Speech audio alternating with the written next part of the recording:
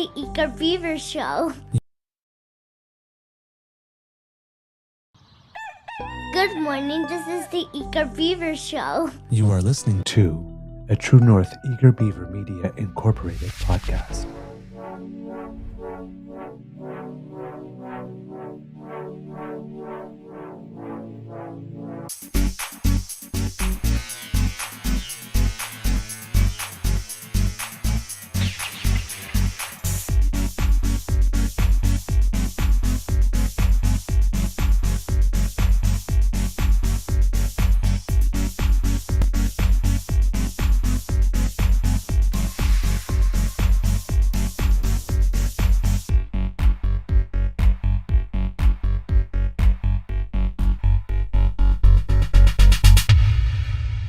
True North Eager Beaver podcasts are proudly brought to you by our founding sponsors, the Miss V Mysteries from Corvid Moon Publishing, your source for science fiction, fantasy, and cozy mysteries featuring a broad diversity of characters.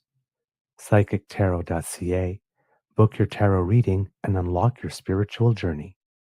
And the Pepper Master, hot pepper sauces made from farm-fresh ingredients to thrill your taste buds and expand your mind.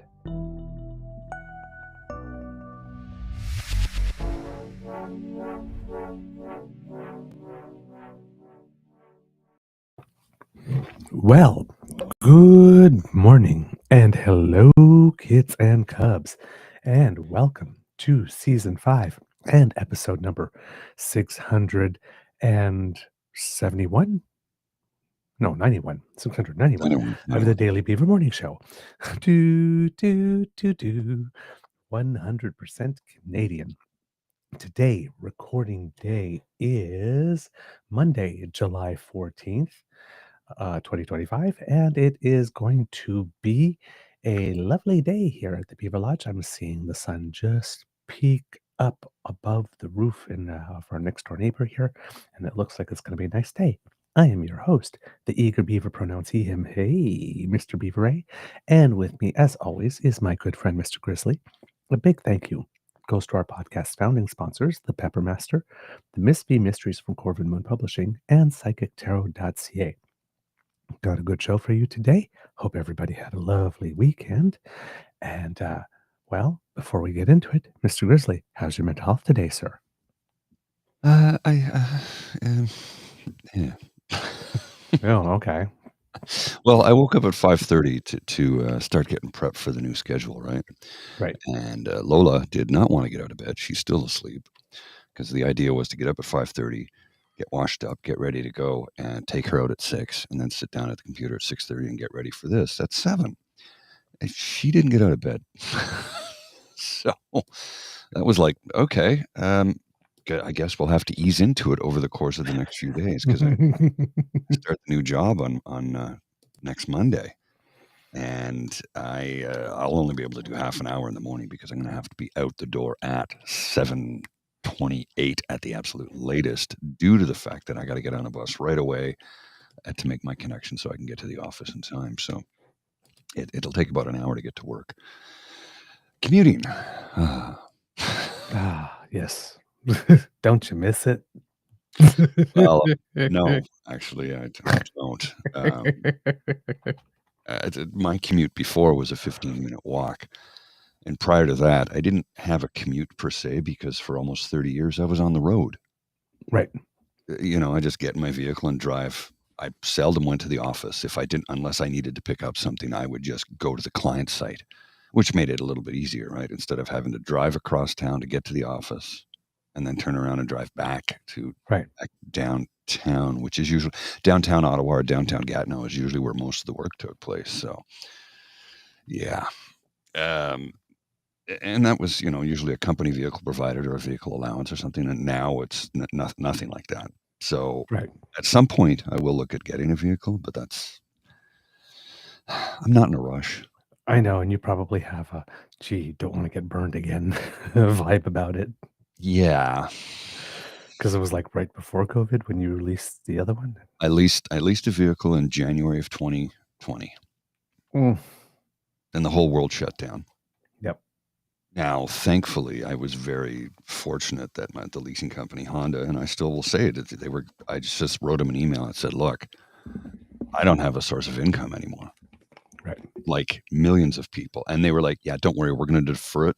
We're going to defer everybody's payments to the end of the lease by 3 months, I think it was, because they figured, that would give you time because they know, okay, lost wages, and then you're going to burn through whatever money you have to try and keep yourself afloat until such time as that, you got income coming in again." Right. And of course, then I did go back to work after a couple of months, and that income was only 80% of what I formerly had, and I had no vehicle allowance on that. Right. And that was a 6-month period. So, when all these people whine about the money they lost, I lost money too, people. Mm-hmm. But I didn't take to the streets and scream at the federal government for something that was beyond their control, and the mandates were provincial. Anyway, Yep. I know. There's somebody that was trying to raise that issue again this weekend when, on a subject that was totally unrelated. And it was sort of like, well, maybe we were right. It's like, no, you no, weren't. no. It's like, no, you weren't. And you had your say, and you got to say your piece, and you were heard, and you were outnumbered.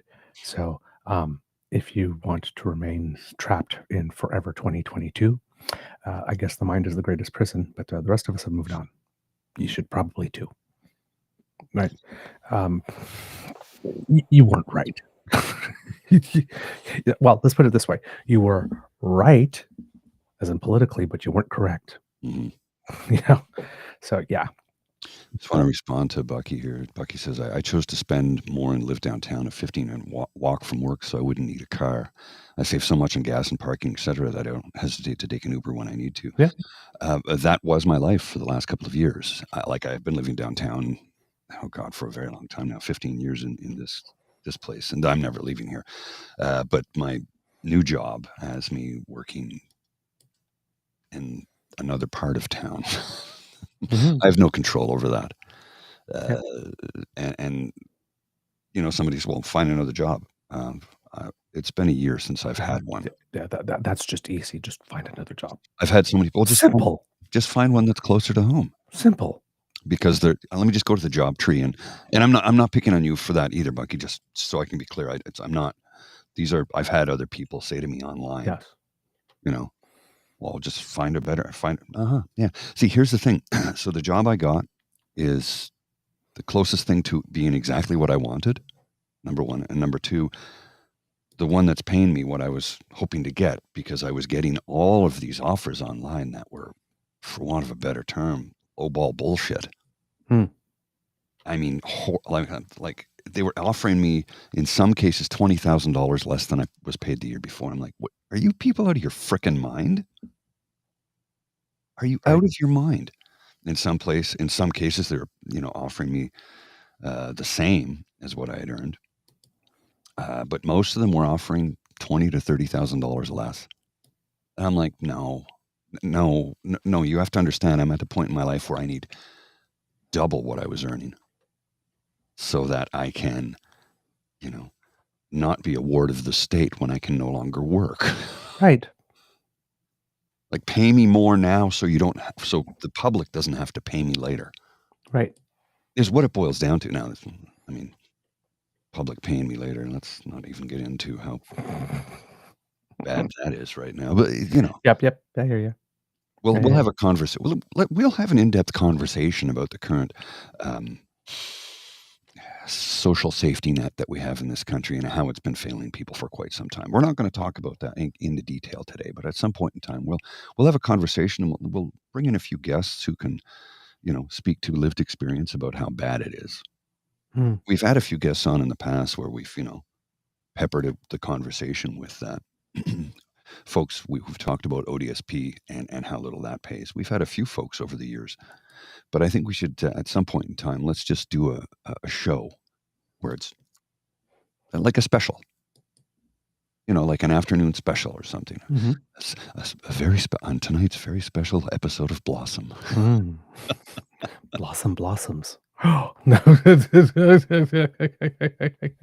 Oh, man. No, I get it too. For me, it was a similar thing, but I mean, different reasons. Just Mhm. they won't let me have a driver's license because I'm apparently a menace. So, I've lived downtown too, pretty much Yeah. all my adult life. And, like Bucky says, I mean, not having to buy a parking spot in your condo, not having to pay taxes on that and condo fees out every month on that, not having to pay parking at any time because you don't have a car, not having yes, it's there are many times it would have been convenient to just be able to pop into a car and Mhm. go somewhere. Or I you know, don't get me wrong, but whenever I needed to be somewhere fast, like I say, you Uber or taxi, and well, that's what the delivery fee Yeah. at stores are for, right? Oh, Like yeah, it's when yeah. you can't bring the sofa back yourself. It's like, okay, well, yeah, I'll just charge me the extra $35.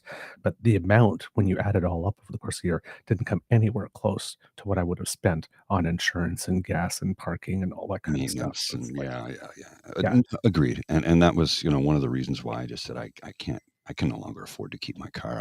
I didn't have a vehicle allowance anymore. Hmm. When the company was purchased by the bigger corp, everything changed. That we went from I was a salaried employee who was paid on the 15th and the last working day of the month, Hmm. switched to getting paid every 2 weeks. Hmm. So it's actually a little bit less money per Right. paycheck, because you get 2 additional paychecks in a year.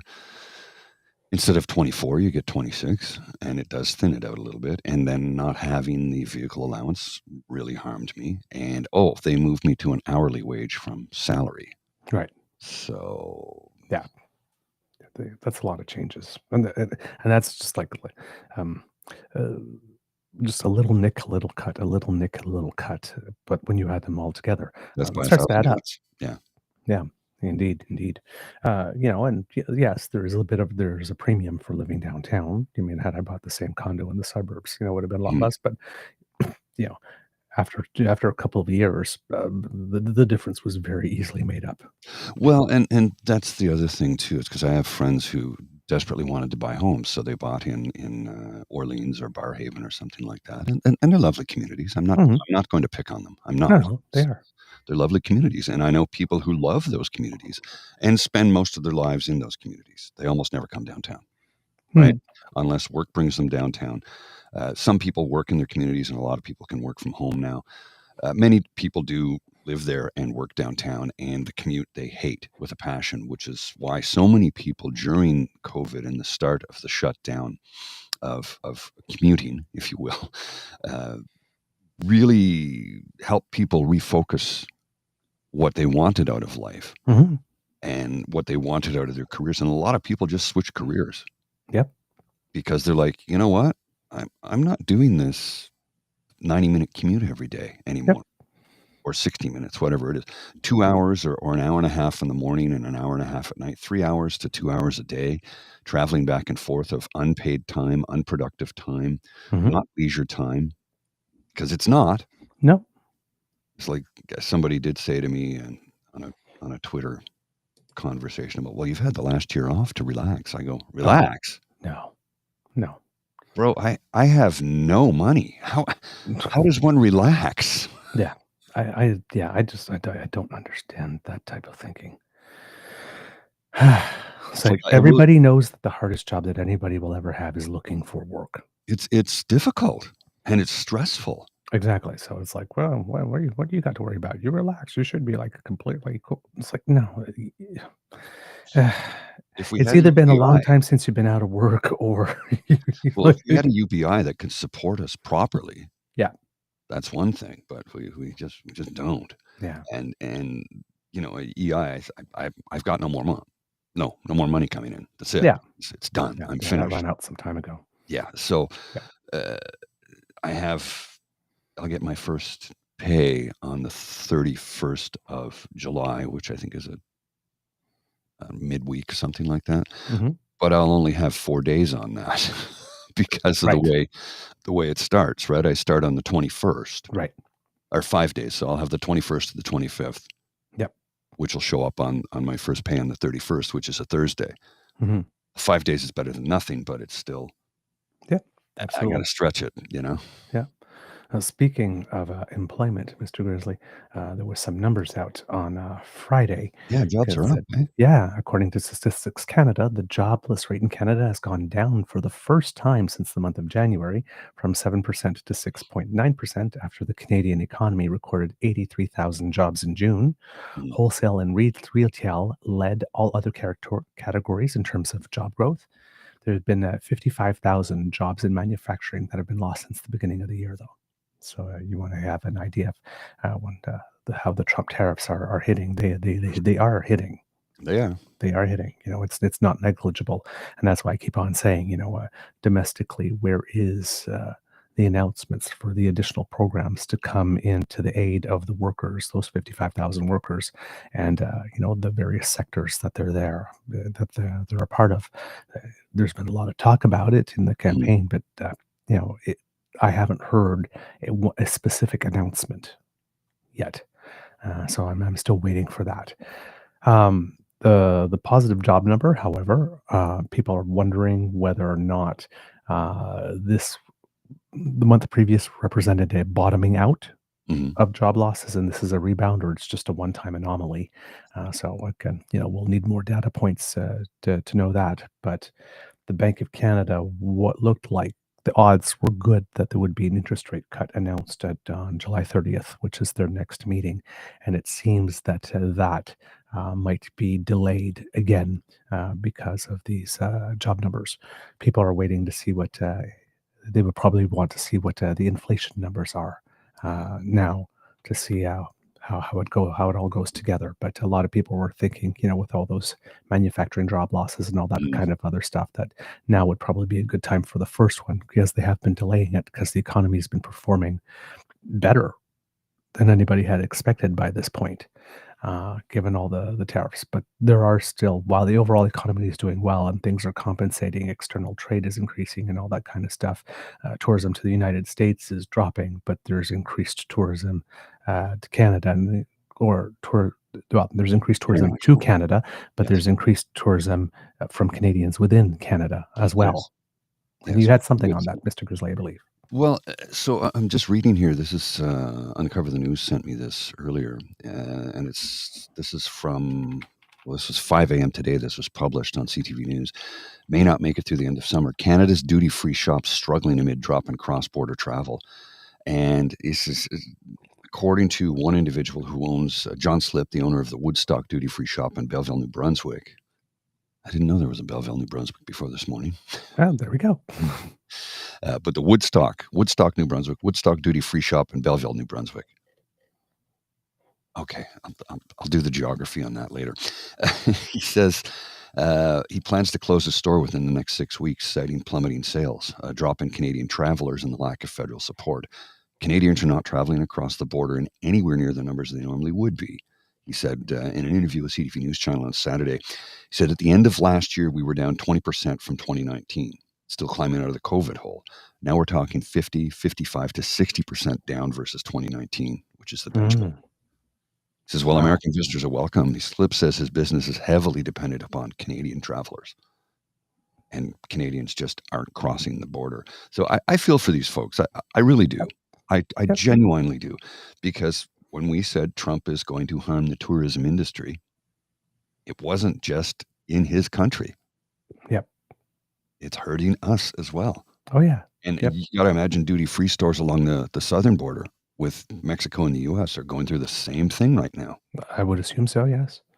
Because here, according to Forbes magazine, it says that Canadian visitors to the U.S. have plummeted 33% in June, which is the sixth straight month of steep declines. According to Suzanne Rowan Kelleher, who's part of the Forbes staff here, it says that last year, Canadian tourists made up roughly 1/4 of all foreign travelers who came to the United States. 1/4. According to the U.S. National Travel and Tourism Office, collectively spending $20.5 billion in 2024, nearly double the $10.4 billion Americans spent at McDonald's over the same period. The U.S. Travel Association warned in February that even a 10% drop in Canadian inbound tourism could translate to a $2.1 billion loss, spending and 140,000 jobs jeopardized in the hospitality and related sectors. And the new data suggests those losses will be exponentially higher. there's a graphic that they have here that I'm just going to put on screen that shows here the year-over-year decline of Canadian tourists in the United States, and we see here, Wow. February 2025, it's minus 23%. In March, it's minus 32%. April, minus 35%. May, minus 38%. And June, it seems that there's a little additional travel to the United States, but it's still down 33%. It's a big drop. Yeah. And look at the air travel is down in May. What was that down to? Oh, I don't remember off the top of my head. Oh, it was right there on the graphic. Oh, sorry. Yeah. If you bring the graphic back up, you can. Oh, yes. Oh, sorry. Yes. I see air travel. Yes. Okay. I see it. Yes, because there were two columns. Yeah, there And was I car only travel, looked, air and travel. I only looked at one. Yes. Okay. I'll bring it right back up on the screen there. So the kids, and then travel. February, it was minus just down 2%. Yeah. In March, 14%. April, 20%. May, 24%. And June, minus 22%. So minus 14 in March would represent a massive change in travel habits of families for the March break, where ordinarily they would probably go south to Florida to Disney World or California to Disneyland, depending upon which part of Canada you live in. Yeah. Or Vermont or Colorado to ski. Right. And people in March, they're just like, nope. Nope. We're going skiing. We're going either out west or out east, but we're not going south. Disneyland, Disney World, nope, not doing that. Indeed.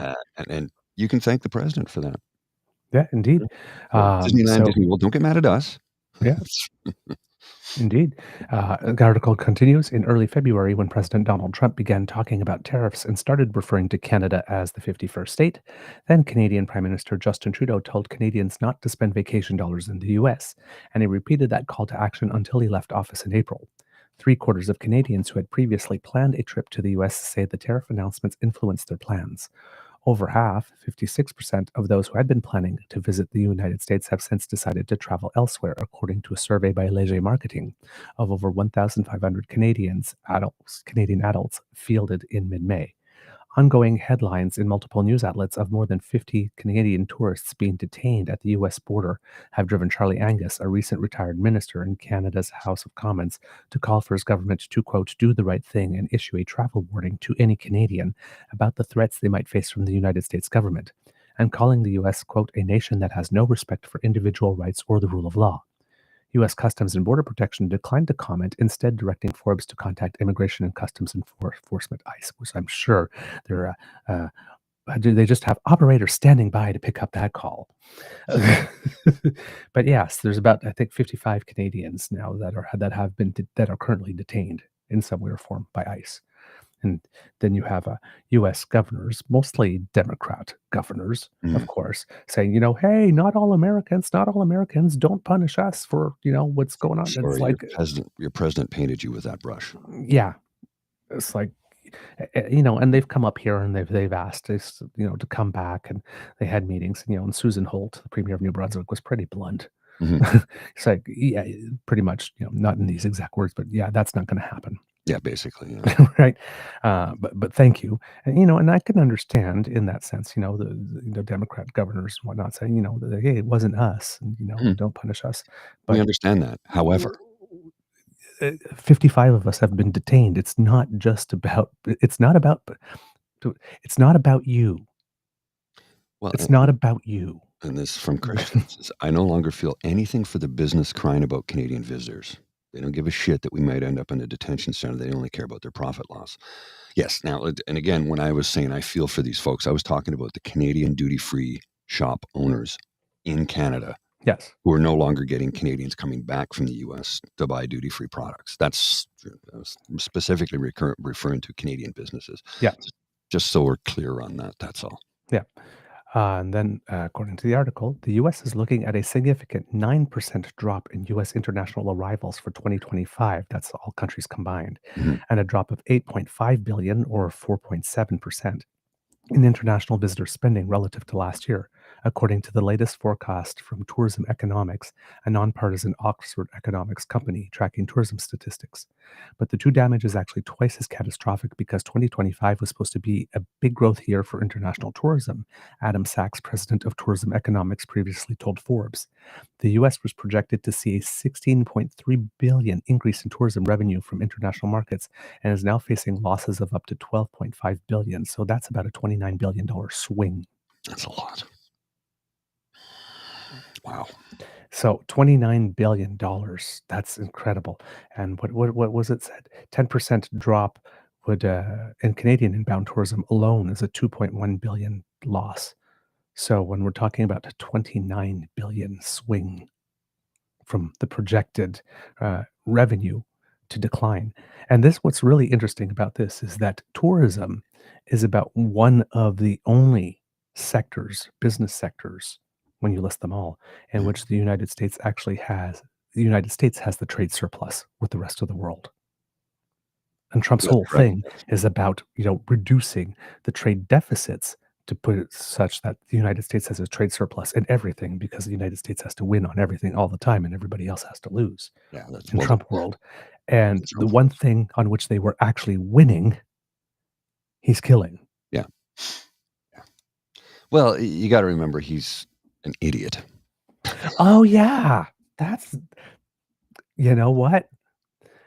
This weekend, I had a little bit of time to go to sandbanks to swim like this, and I just had 24 hours where I got to forget what an idiot he was. So, but Well, I thank tried you to for remind reminding me. everybody over the course of the weekend. I did a grizzly growl talking Yes, about how much of an idiot he is. I I mean, saw that. Yep. it's It's painful. it is. It's painful, and it's almost listen, yes, he is hurting us, but the damage that he is just doing to his own country and his country's reputation just makes it such that it's as bad as it is here, it's going to be worse there. Oh yes. It's gonna be worse there. Um, and like you, I just have no sympathy.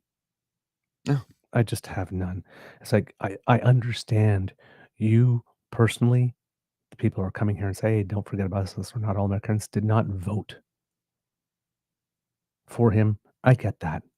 Because, but as I said before, it's the damage he is doing to us and the damage that he wants to do to us, Oh and yes. just the eternal yo-yoing that none of us can get a moment of peace because he keeps on pulling the rug out and pulling the rug out and pulling the rug out.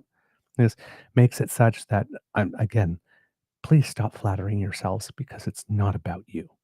No. We have 55 citizens being detained for no real apparent reasons. It's not about you. We're You know, choosing us. We're choosing us. We're not it's not that we're abandoning you, the people in America we've who decided actually do like us and actually are our to. friends. It's just we have to choose. At some point, you got to respect yourself. Well, and you have to take care of your own house first, which is what we're doing, That's because right. we've been left with no other choice. There's Exactly. no other choice. We have to take care of our own house first.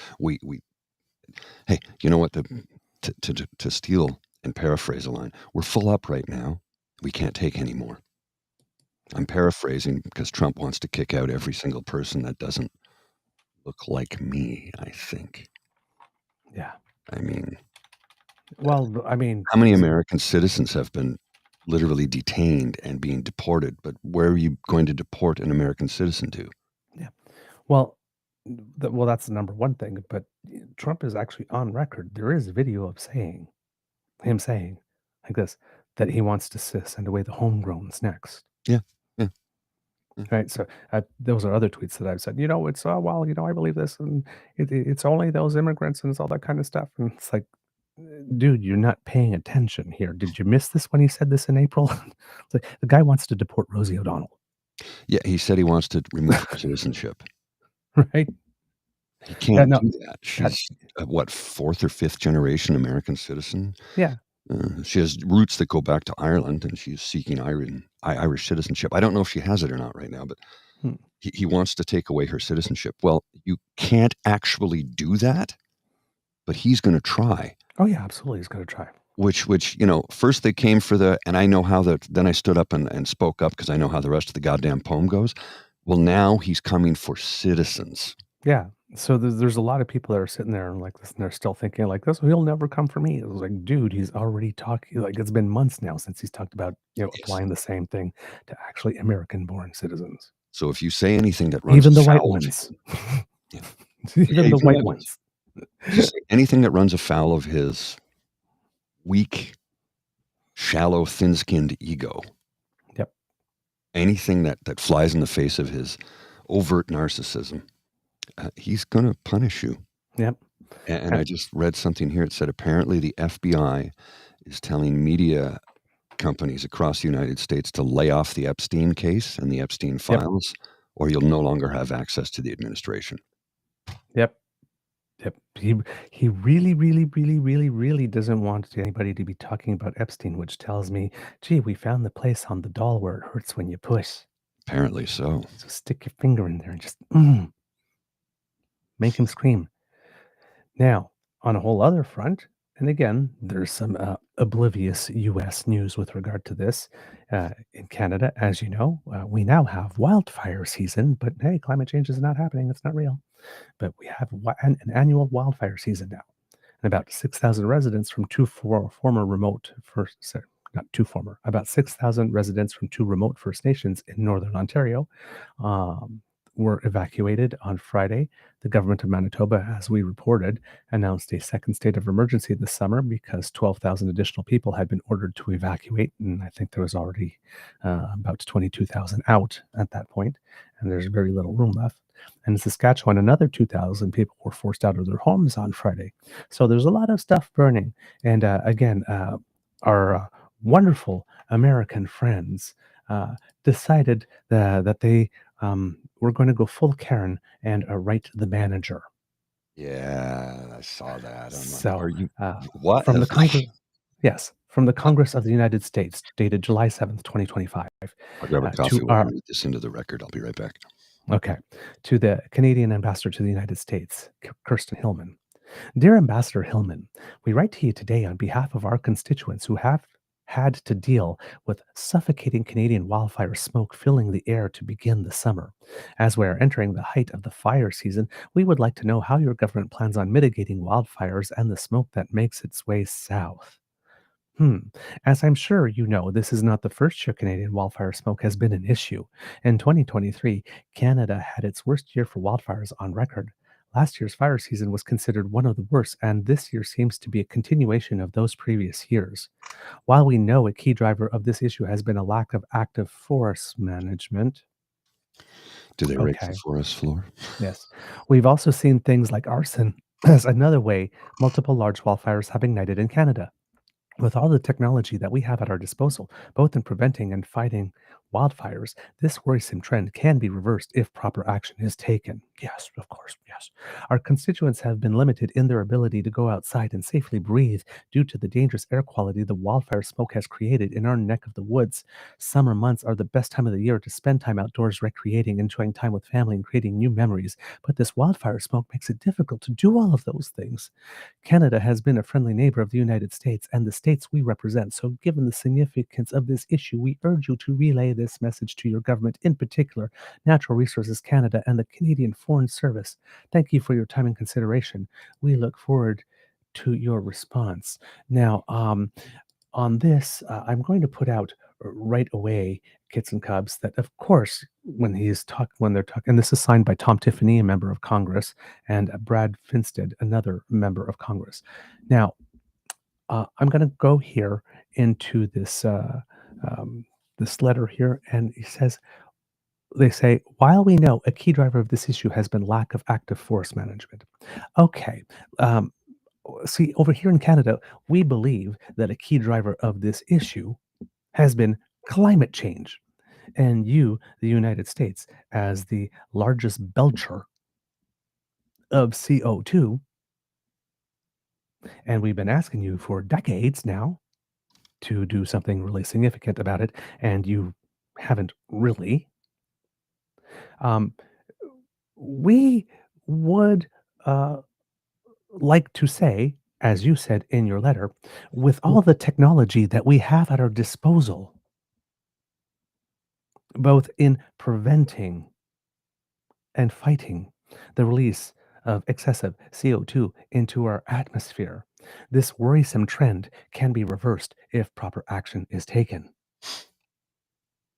So that chop chop, you get on that too. And then this Tom Tiffany guy seemed to get a little upset because Canadians started telling him off. He says, "Listen, I'm just trying to save my constituents from having to call an ambulance.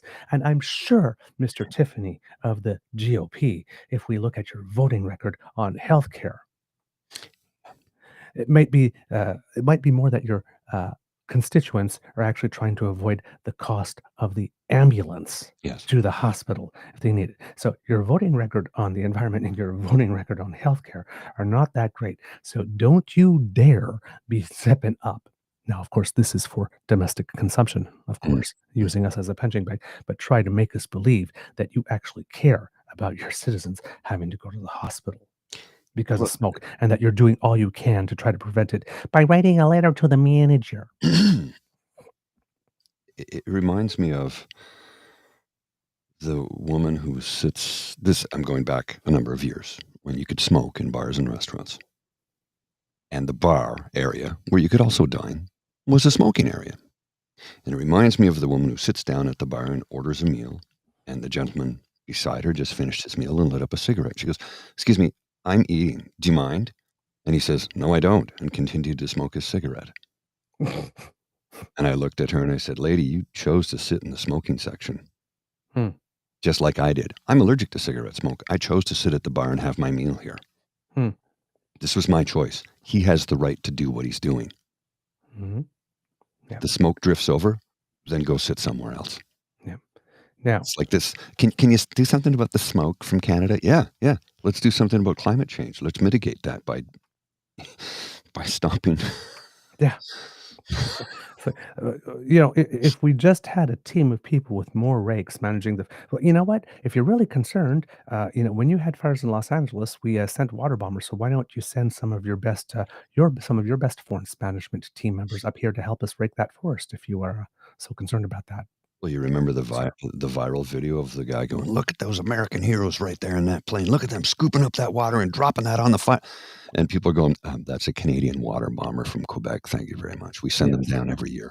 exactly. Now, somebody from Canada, I'm not exactly sure who, but decided to write a response to that. So, to the esteemed members of the United States Congress from your friendly neighbor to the north, Canada, dated July 9th, subject, please stop sending us your guns. We prefer maple syrup. Dear honorable members of Congress, greetings from the land of poutine, polite drivers, and passive aggressively cold stares.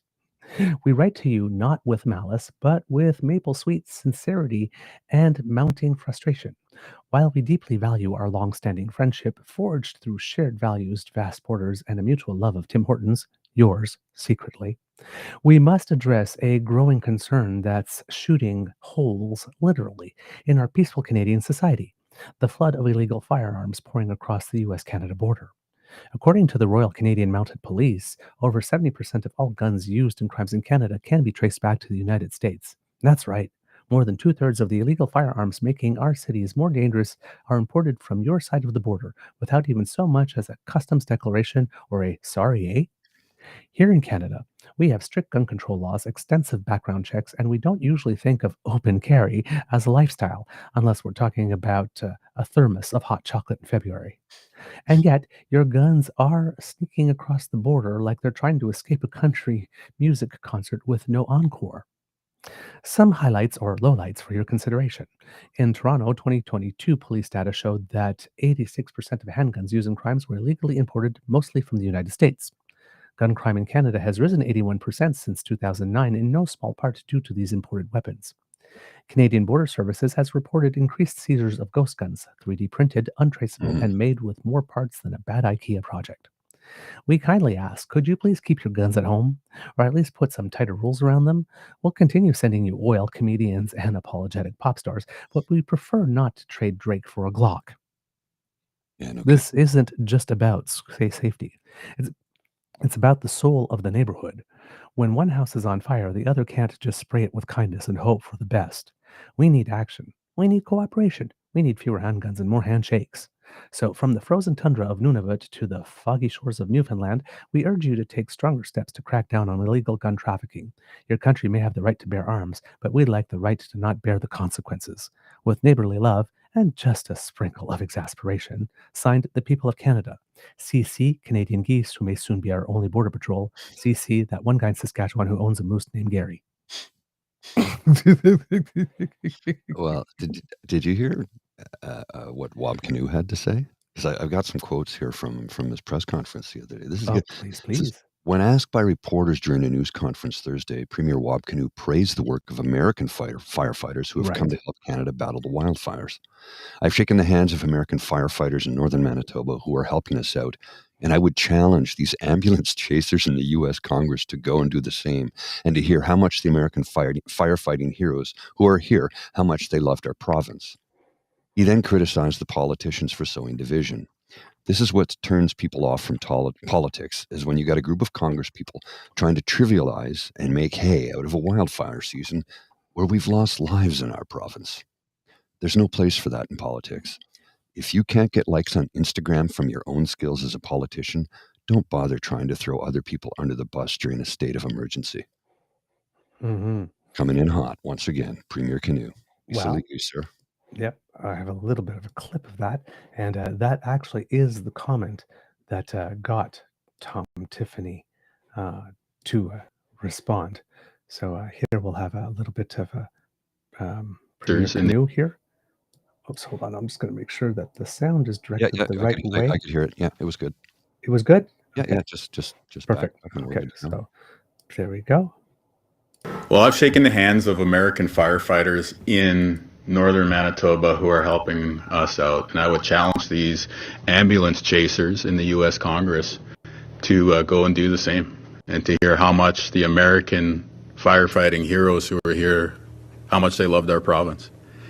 And this is what turns people off from politics, is when you got a group of Congress people trying to trivialize and make hay out of a wildfire season where we've lost lives in our province. There's no place for that in politics.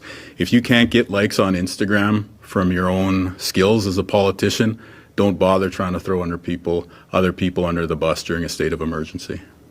Well, I've shaken the hands of American firefighters. There you go. So, out from his own mouth. And that's what had Tom Tiffany say. Premier Canoe may call me an ambulance chaser, but I'm making sure my constituents don't end up in one because of wildfire smoke. Working together on proactive forest management is how we save lives and prevent future disasters. Inaction only lets crisis grow. Yeah, or working together on fighting climate change might actually be a better solution. Your inaction only lets the crisis grow. And again, I'm making sure my constituents don't end up in an ambulance because of wildfire smoke. Yeah, you don't achieve that by writing a letter to the Canadian ambassador. I can pretty much guarantee you your constituents won't end up in an ambulance because it's going to be out of network and they can't afford it, number one. Number two, you just cut Medicaid. Yeah. So no, they're not going to end up in an ambulance because it's not financially possible for them to afford it. So the Tom number one cause Tiffany, of bankruptcy in the United States of America, medical debt, which is a term, medical debt.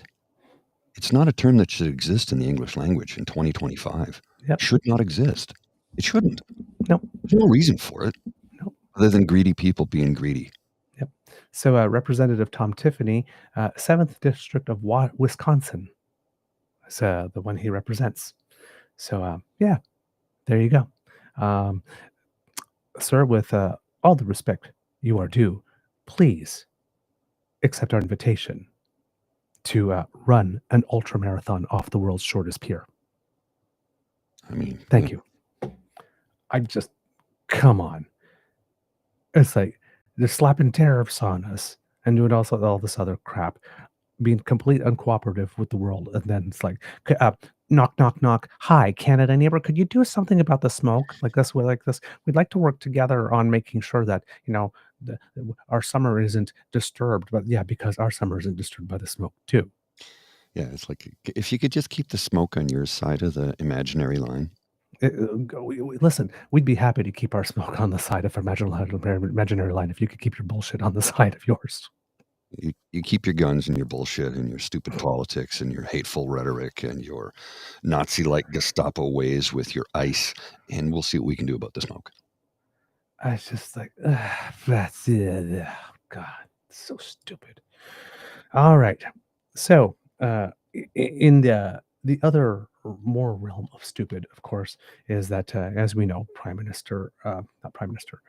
Oh my God, Donald Trump announced that he was going to do stuff, and well, uh, again, wasn't very clear on certain things, and then more details came out.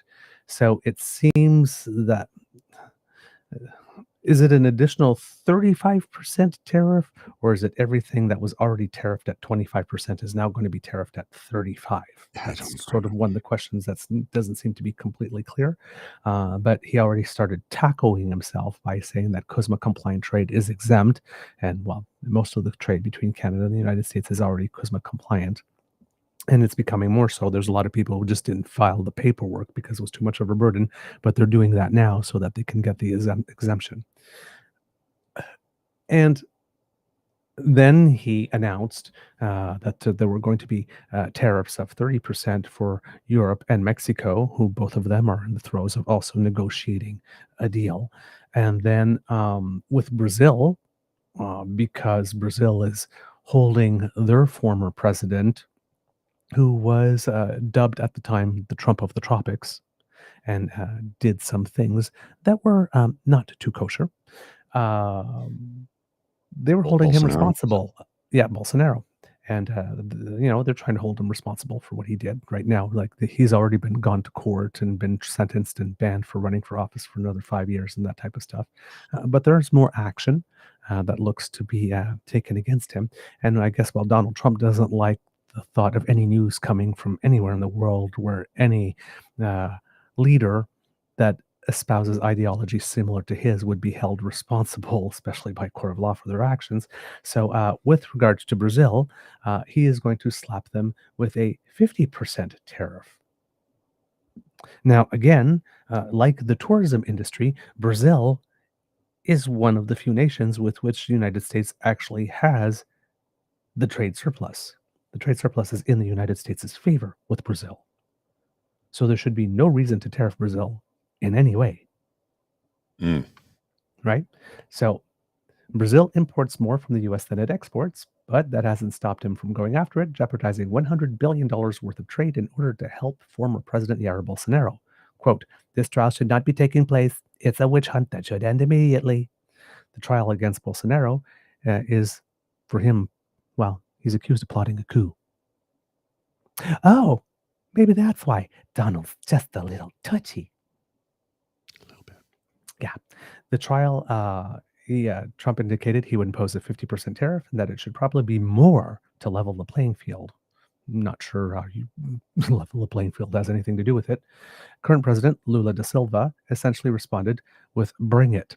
Quote, "Brazil is a sovereign nation with independent institutions and will not accept any form of tutelage." He stated that the judicial branch will remain independent and not be subject to interference. Quote, "Any measure to increase tariffs unilaterally will be responded to in light of Brazil's law of economic reciprocity. Total trade between the both countries is $92 billion. $49.7 billion of that is U.S. exports to Brazil. That means the U.S. exports greater than $7 billion per year to Brazil that it imports. The top exports to Brazil are machinery, aircraft, and so on, all things that Brazil can get from China. The top imports from the United States into the United States, well, the stuff that the United States imports from Brazil are oil, minerals, and iron and steel, things that they can't get they can't get in country, that's for sure, and less are being able to get from neighbors, other countries, because, well, they've all decided that they're redirecting their trade in these things with other nations who are more reliable. There is I'm going to go with a country related to this because Argentina, which doesn't share a border with Brazil, but they're close, and it's the next most populous nation in South America. There is a new series streaming on I can't remember which platform right now, actually. I can't remember if it's Prime or Netflix. I think it's on Prime, and it's called Menem, I think it is. And it has a very, a gentleman with a hairstyle very similar to the current leader of Argentina. Okay. Okay, and it goes into depth and detail about corruption and so on and so forth. And what is amazing to me about this is they were able to produce this in Argentina. Now, this guy's a madman. Yes. He is a narcissist. He's a madman. He's a dictator.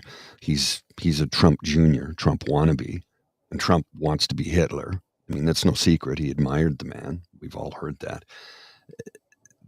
How they were able to pull this off without it being shut down by that government is pretty ballsy, if you ask me.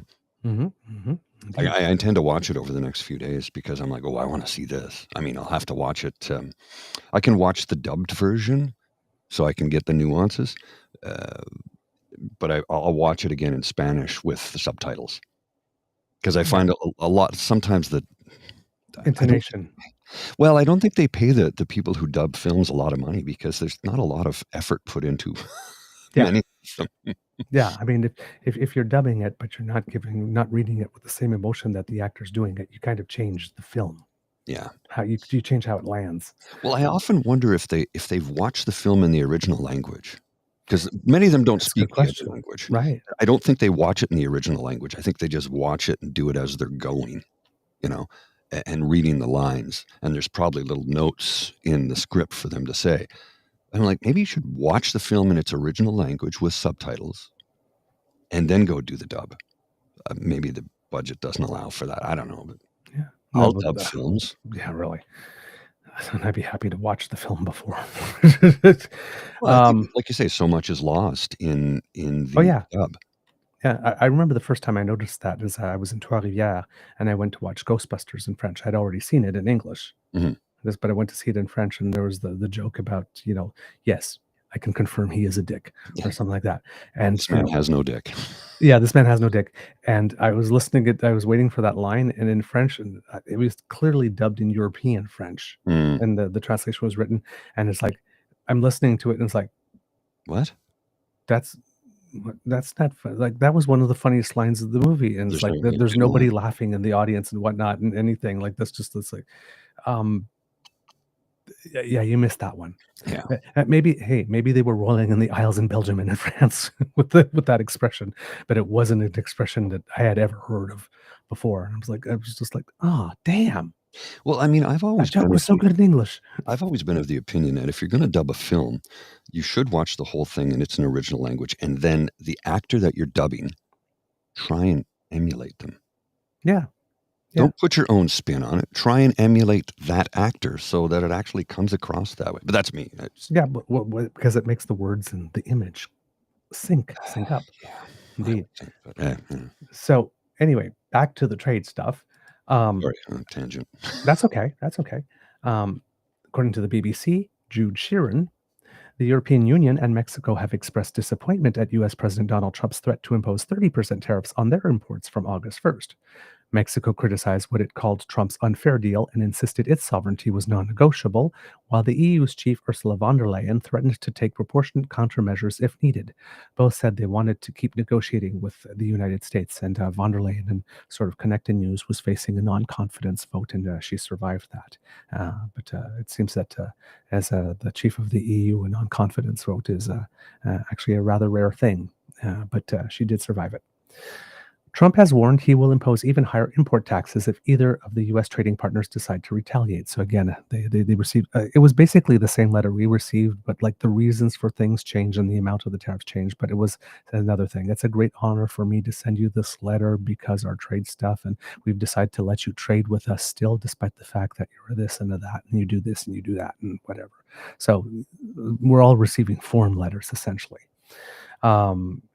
And all of them have, so please lie back and take it. Well, not so much a please, just lie back and take it in it. Trump has warned he will impose even higher import taxes if either the U.S. trading partners decide to retaliate. This week, Trump also announced new tariffs on goods from Japan, South Korea, Canada, and Brazil for next month. So Not well. Number one, it's a little sad because we're not special. It wasn't a letter written just for us. We're not the only ones being singled out. So that's I thought after all this time that we were special, Hmm. but we're just one among many.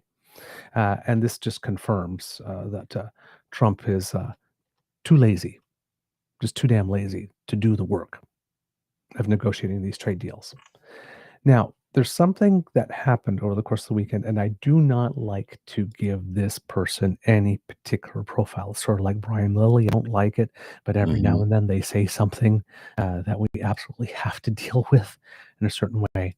Well, maybe not absolutely have to, but let me put it. It presented an opportunity for a media literacy moment and a political literacy moment. So I decided to take advantage of it. But it is the one of the Polyev influencers, one of the ones that he gave a call to, and known to people on the web who like to roll their eyes as Mario. Okay. Mario, his last name starts with a Z. I can't remember off the top of my head, and I don't really care because whatever comes out of his mouth is just downloaded from the central brain. But like, they keep on saying that they're free thinkers and that all their thoughts expressed are their own, but it's not true. It's not true because they all say the same damn things in the same damn way. Mhm. And well, this person here decided to write, because I'm sure they have vast experience in international trade negotiation. Carney made a massive mistake. Oh, sorry, was that bitchy?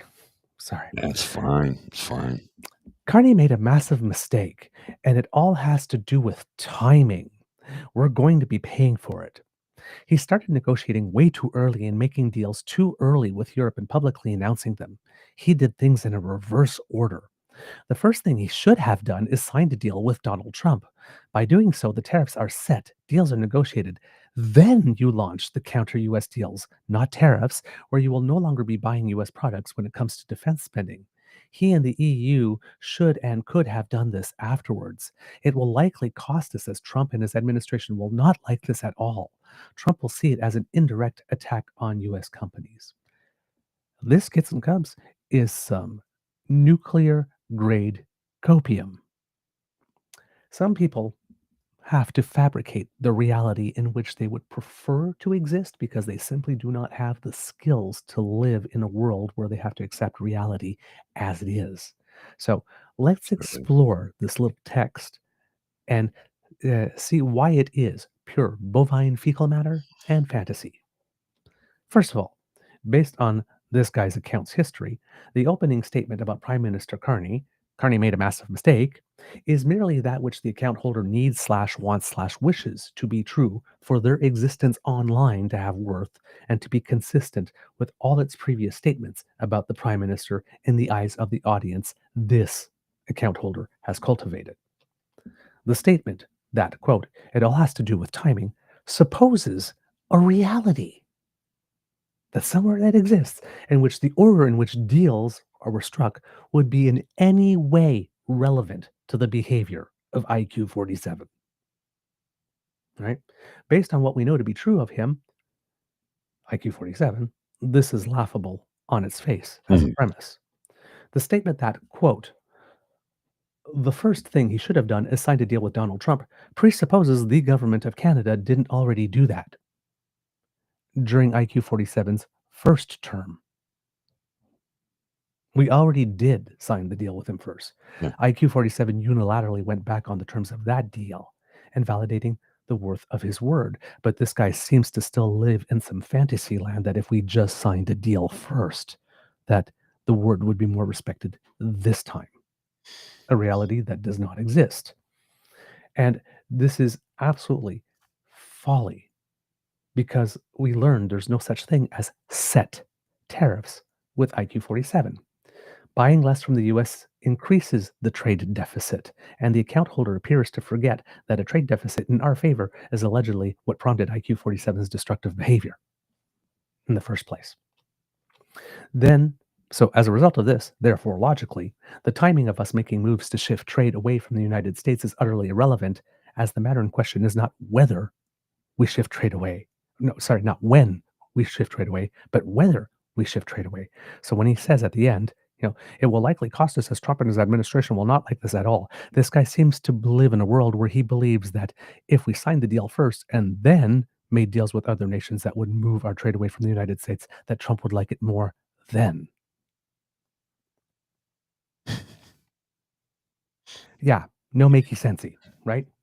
Now, in addition to the point about there being no such thing as set tariffs, with his alleged deal with Vietnam. Remember that one? He said he Yeah. was going to get 90 deals in 90 days. And first he had the deal with the UK. That wasn't really a deal, but concepts of a deal. And then he announced, hey, now we got one with Vietnam. Well, over the course of the weekend or on Friday at some point, the government of Vietnam, I guess, made that deal suspecting that there could be some kind of first mover advantage and made concessions believing that it had an agreement for tariffs set at 11%. So the government of Vietnam, who didn't really have much tariffs then, agreed to 11% tariffs and made concessions in order to have the luxury of having 11% tariffs imposed upon them. Well, according to some news reports, uh, well, Donald Trump then decided to step in. And that sent shockwaves through Vietnam because their negotiators had not, in fact, agreed to the 20% rate they believed the tariff would be, around 11%, according to 4 people. So Trump just unhinged his jaw and said, yes, the tariff with the Vietnam is now going to be 20%, after they had just signed a deal weeks ago saying, well, that was going to be 11%, according to Trump. Anyway, they signed a deal. Trump disregarded that figure in his phone call with Vietnamese Secretary General Lam, who had not been part of the initial tariff negotiations, and instead declared the U.S. would impose a tariff nearly twice as high. Some on the U.S. side were surprised too, including outside groups who had been tracking the talks, according to one Washington-based lobbyist who works with Vietnam and other Asian governments. Quote, Trump sandbagged everybody, said the lobbyist. They described the Vietnamese government's reaction as surprise, as well as disappointment and anger. Then, so that move Mhm. very strongly suggests that, contrary to the predictably negative framing offered by the owner of this account, this Mario guy, that PM Carney actually made the wiser decision by opting to not be among the first to set a tariff and to make concessions to get it, and that he was also wise to push back our deadline from July 21st to August 1st. Because since all these new tariffs are coming into effect August 1st and we wanted a deal or that outline by the 21st, well, that puts us in a situation again of making that deal and being the first to make concessions before we find out what the rest of the world gets. And we decided that we're not going to do that. So we've moved our date back to August 1st as well. Now, there's another section of this article that says Vietnam has watched as Trump this week proposed new tariff rates on other Asian countries, including an identical 20% rate on the Philippines to go into effect on August 1st without any of the concessions or rules about where goods originate that Vietnam is prepared to agree to. Huh. Hmm. Interesting.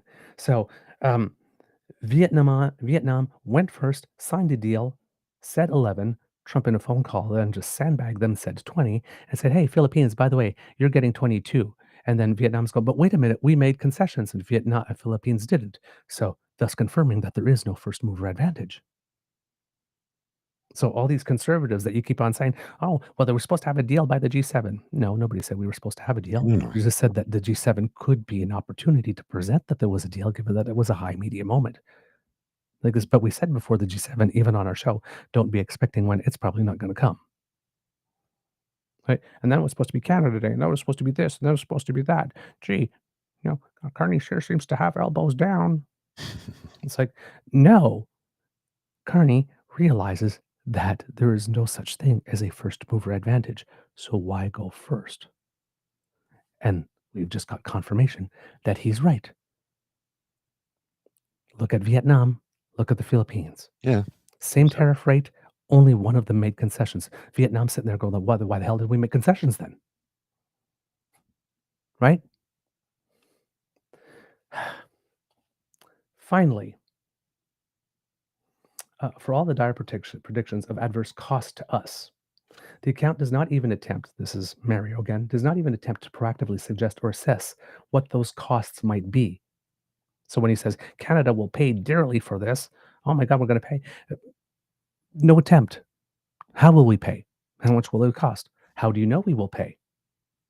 He doesn't know. He's not in the room. It's not like he sat down and did the math. So so for those of us who are actual critical and logical thinkers, those types of statements should be taken as a red flag. It strikes more as an appeal to emotion, the emotion being fear, which is a form of sophistry. He's going to carry on about how his tariffs have brought in $100 billion in additional funds to the United States coffers, to the U.S. government coffers. But what he fails to mention or acknowledge or realize is that it's the American people that paid that. And that's less money circulating in the economy to actually buy the goods to make the economy work. Correct. So you're paying for these. American public is paying for the tariffs. The American government gets the money, and they're not putting it into the programs that so desperately need it because they keep cutting those programs. Yep. So when the guy's saying that we're going to pay, it's going to cost us dearly, and doesn't do the math, right? And but instead of trying to persuade us with facts and numbers and data, just goes to appeal to our emotions. It's going to cost us. Be afraid. Surrender. Capitulate now. Carney did such a terrible thing. You got to hate him. You got to hate him. He's terrible. Well, to find out whether or not it would actually cost us, well, one would have to actually be able to assess the potential gain from not having been first to sacrifice too much for no gain, as did Vietnam, versus the cost to us for having made other deals first, minus the value of those actually set deals. But I guess that's too much work for Mr. Mario here. Well, so there isn't even a concept of an attempt to make that calculation, yet this person is able to confidently and smugly say that it will cost us. So the only conclusion that you can get from this post is that everything about it, premises, reasoning, and conclusion, all are utter bunk, pulled from one's arse to advance the negative narrative for which this account is known in the first place.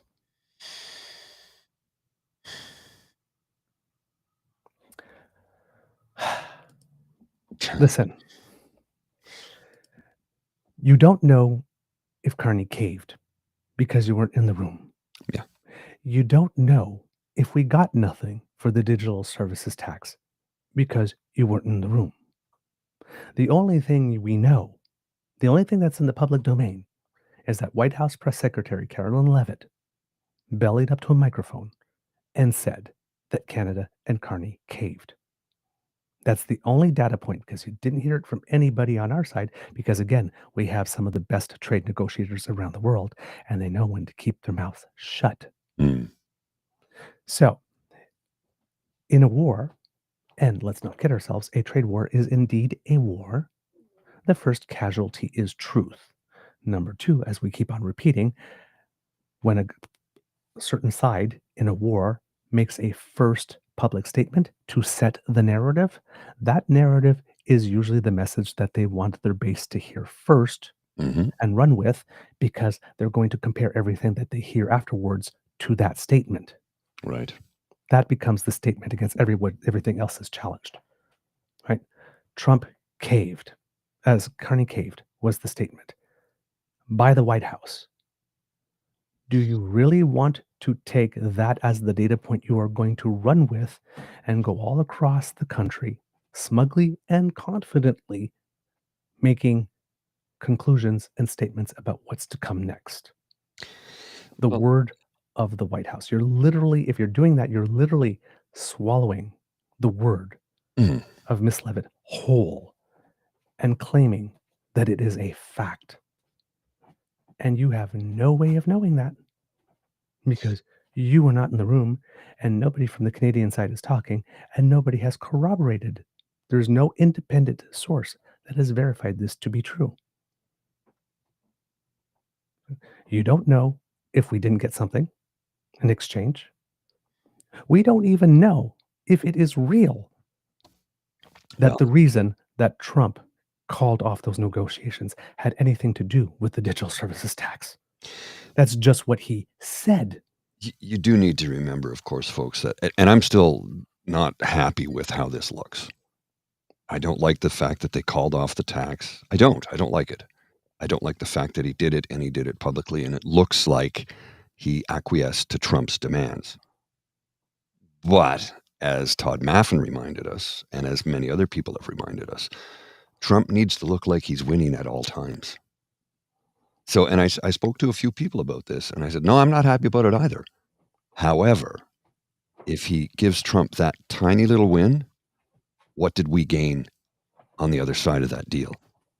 Because there's no way he was just going to bend the knee. It looks like he bent the knee. It looks like he put his elbows down. But as far as I'm concerned, and I think many others are concerned, we don't know what really took place, number one. And number two, we also have to pay attention to the fact that Mark Carney is a master negotiator, number one. Number two, Trump always has to look like he's won something. His ego needs to look like he's won, like he's the super negotiator that he likes to tell everybody is, when we know he's not. No, not at all. It really, again, on the surface, I don't like it. The optics, I do not care for. In the end, it will be. Well, listen. Sure. You can take the word of all the things that has come from the U.S. side of the border and run with it and say it's true. Mm-hmm. Or you can expand your mind and not be limited. Because maybe the reason Trump left that room and got so mad is because he was getting nowhere on supply management and decided to say, well, it's the digital services tax that caused the problem and I'm walking away. Yeah. So, and then Mark, so that means that we would have gotten something. What if the digital service tax, because it's not a tax, that Mark Carney brought into an effect, so maybe he's not attached to it. Maybe Mark Carney says, hey, at some point during this negotiating, Trump is going to do something, pull some type of stunt. So let's have something that we hold on the table as long as possible that we're willing to sacrifice. So when that happens, we can say, hey, have a bone, go tell everybody you've won, and let's get back to regularly scheduled stuff. We don't even know whether or not, as a fact, we don't know because there's only one side saying so, is that rescinding the digital services tax is what got the talks started again. There's an appearance of that because the order in which things happened and statements that one side has made to the public, but we don't even know that as a fact. Mm-hmm. This whole tantrum from Trump could have just been because it's becoming very clear that he was not going to get his 90 deals in 90 days, and therefore, and the whole taco stuff, and he needs to look tough. So I'm walking away from this deal. I'm canceling all negotiations. We're going to tell you like this, and somebody says, okay, fine. But it could just as well if somebody from his inside said, you can't do that because if you do that, this is going to happen to the stock market, and you're going to be damn screwed. This is okay. The deal's back on, but I'm going to say it's because he rescinded. We don't know. No, we don't. If we're only dealing with the things that are actually in the public domain that we know for sure that he walked away for some reason. He alleges the reason is the digital services tax, but we don't know that. Because it is alleged that we caved, but we don't know that. It's alleged that we got nothing in exchange for the digital services tax. Rescission, we don't know that. It's alleged that having done that is what got the trade talks going again. We don't know that. No, we don't. For a fact. If you actually sit down and you think like, okay, what has been independently verified by a credible source in all of these statements? None of them have. It could be an entirely different thing going on, and there are so many other plausible and possible opportunities. So if you are running with that particular narrative and making confident and smug statements of fact, like they are facts that are known to you, to me, that is a red flag. My first question is, what's your narrative? What's your objective? And who benefits from your version of the story being the one that dominates? We don't know. And that's a really important thing with critical thinking. Mm-hmm. It's like you really have to take the time to sift through what are the things that we actually know for a fact that exist in the public domain and what do we not. Yes. And then when you look at the narrative that's going through, what are the blanks in the narrative that are being filled in order for that narrative?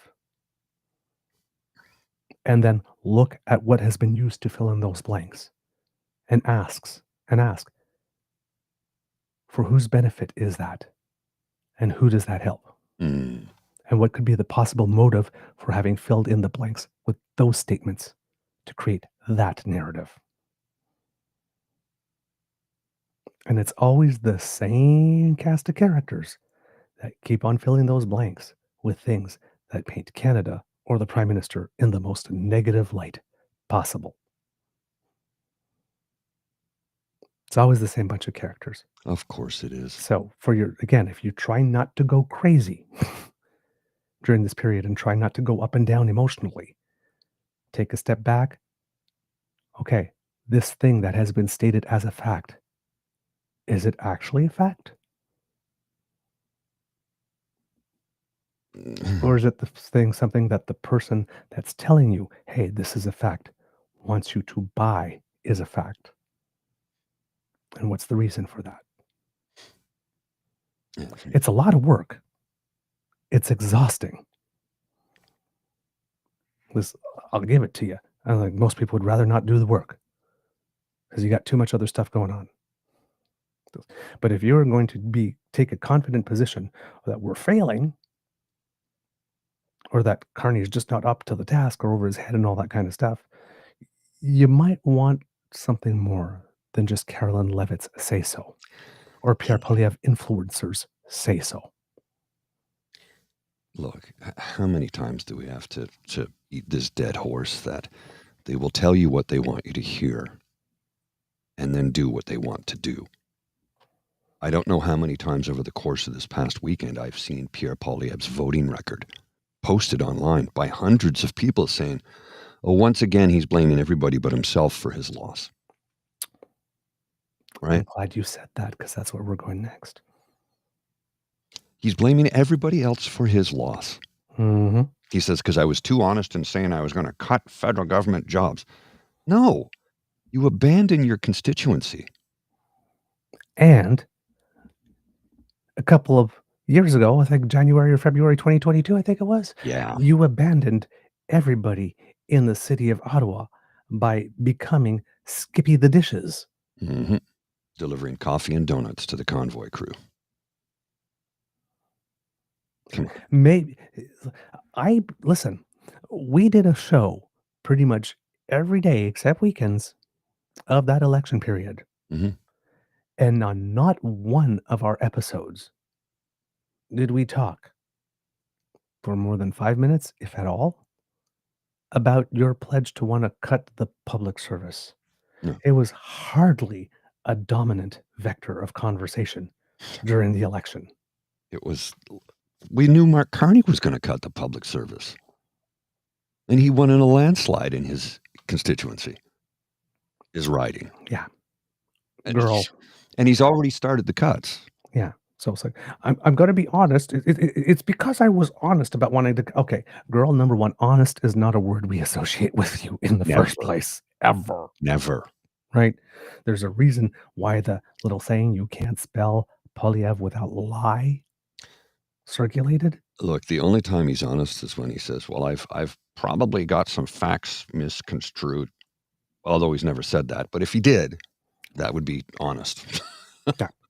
So, girl, you lost because you abandoned your constituents, and you lost because you sacrificed the residents of the city of Ottawa.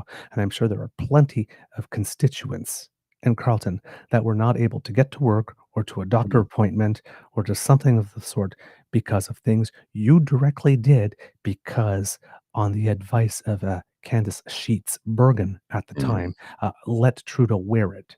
Yeah. Mm-hmm. Yeah. And again, remember, they were protesting the wrong government in the wrong city. Yes. He was launching his bid for prime minister. Yeah. Well, there were week. flags made. Pierre Poilievre for PM. And once again, I'm going to have to say this for the rest of my life until we can get enough people to understand how civics work. We do not, nor have we ever, in the history of this country, elected a prime minister. It's not a position you run for. It's not how the system works. We elect to parliament. And the party that has the most votes can form government, and the leader of that party can assume the position of prime minister. But they can always defer to their deputy leader. They don't have to take the job. Yeah. So, I mean, Polyev is still living, trying to sell a narrative. You know, he's still trying to push the shiniest silver medal ever. And he didn't lose because it was his fault. He didn't lose because of anything terrible he did. He lost because he was too honest.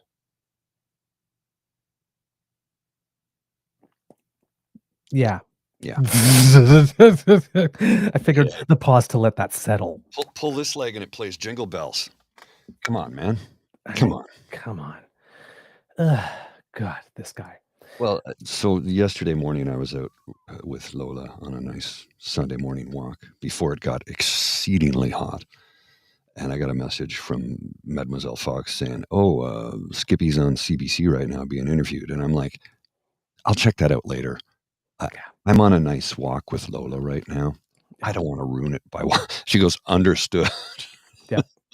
He was on Global and he was on CBC yesterday. Yeah, with Catherine Cullen.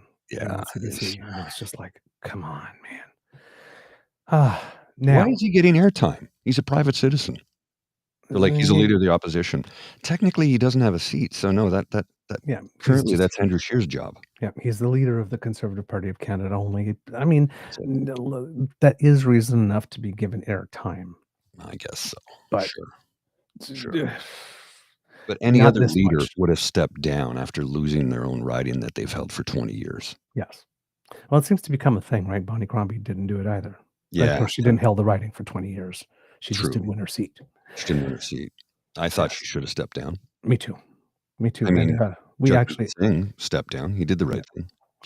He won his seat though, didn't he? Jagmeet Singh? Yeah. No, he didn't. Oh, he didn't win his seat. Okay. No, he didn't. No. Okay. No, he didn't. I knew he was going to step down no matter what because it was pretty obvious they weren't going. They were going to lose that election badly. On that front with Barney Crombie, by the way, we'll soon be having an interview brought to you with Nathaniel Arfin, who is leading the New Leaf Liberals push in Ontario to talk about that more. But we did get a confirmation. We're just trying to set a time there. We have. Oh, never mind. I was going to say we have a few other people we're going to be talking to in the near future, but we'll just leave that for the future. Yeah.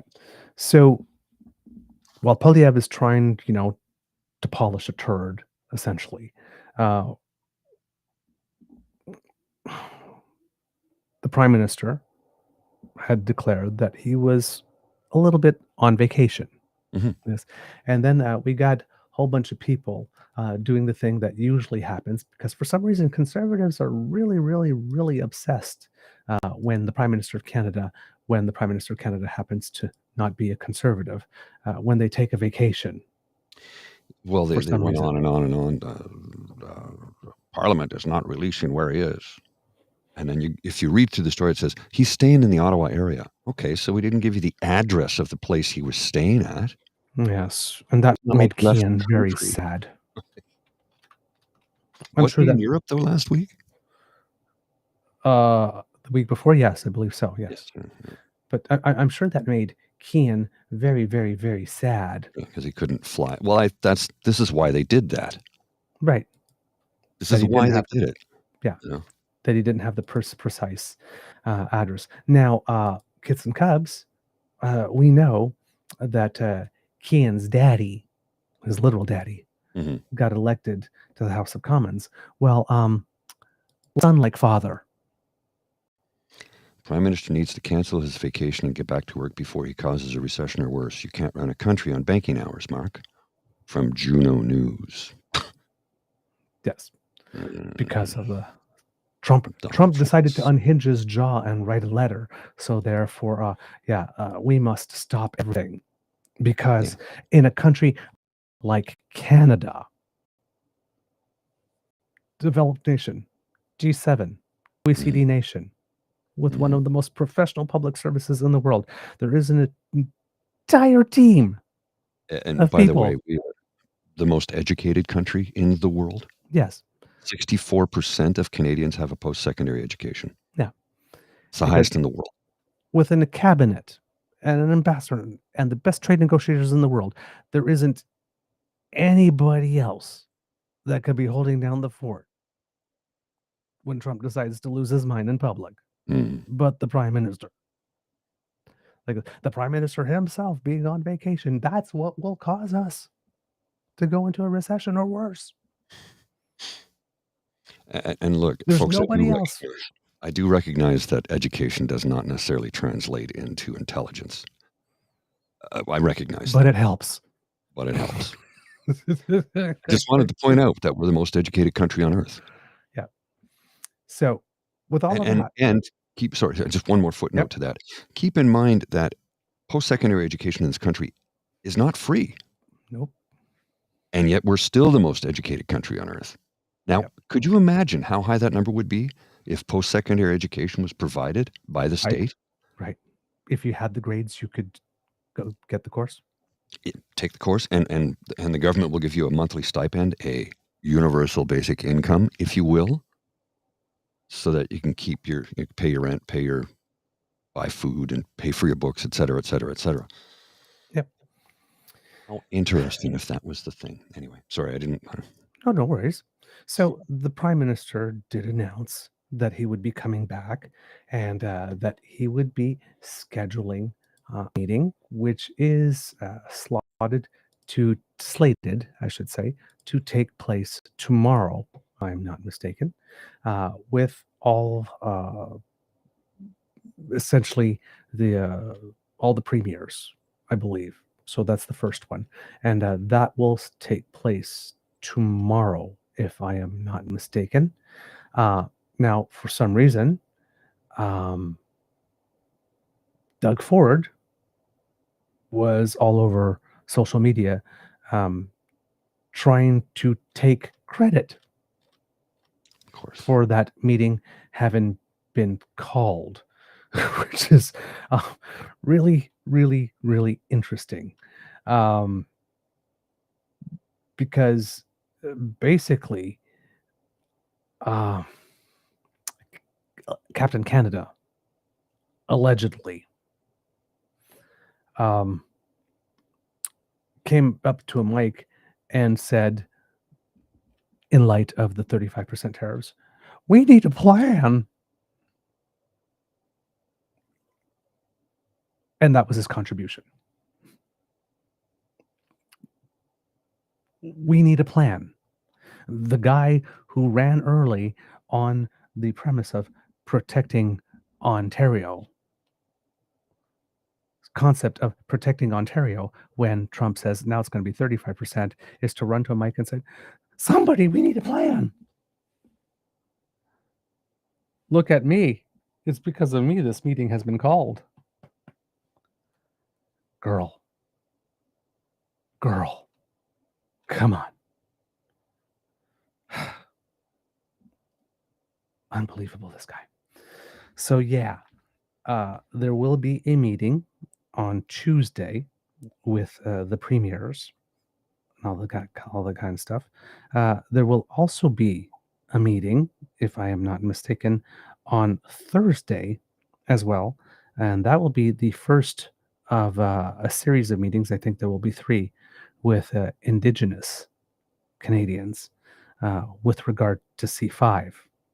You'll remember that the Prime Minister had stated that he would have some meetings with First Nations, with Inuit, and with Métis groups, 3 individual all-day sessions, which hopefully, which, if we're being honest, is damage control, because they weren't included enough in the formulation of C5, and Prime Minister really wants to let them know that indeed, he is serious about this. Again, I'm skeptic how as to how just a 1-day intensive meeting and then everybody goes out and works on their own stuff will be enough or will suffice uh, to calm concerns with regard to that. But